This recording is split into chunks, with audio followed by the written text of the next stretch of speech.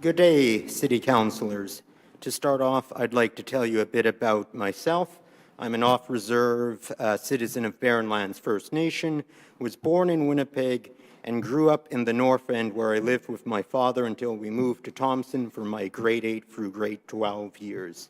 I moved back to Winnipeg for post-secondary education during a time of disastrously low vacancy rates for renters, seeing the effects of an overly tight rental market on tenants, and doing a story on the topic for the Uniter. For all my time in Winnipeg, I've lived in mature communities, including the North End, Lord Roberts, the Talbot Grey part of Elmwood, West Broadway, and the Chalmers section of Elmwood.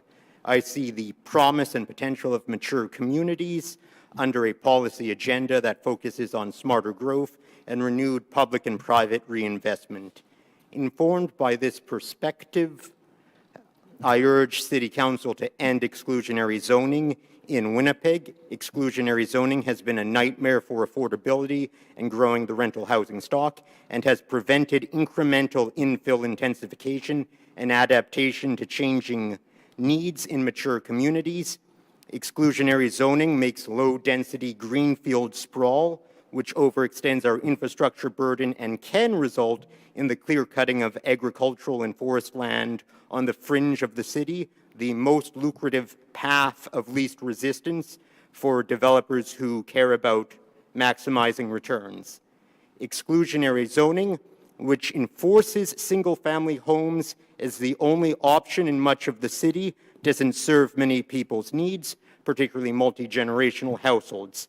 I have older relatives who live in multi-generational households, including one who lives in an attached secondary suite. It's an important arrangement for fostering family connection, including through childminding. According to the Vanier Institute of the Family, Indigenous people and newcomers, both growing shares of Canada's population, are more likely to live in multi-generational households.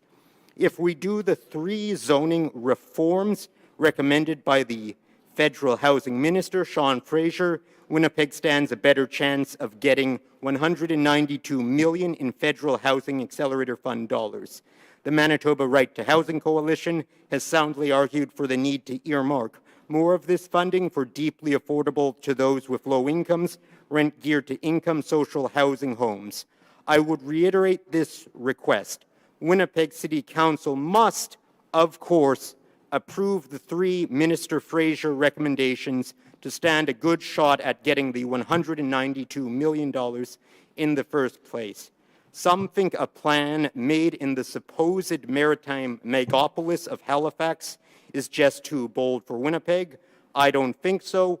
Council needs to approve the additions to the Housing Accelerator Fund application. Let's do it for ourselves, for our families, for our colleagues, and for our extended brothers and sisters across this city. Thank you.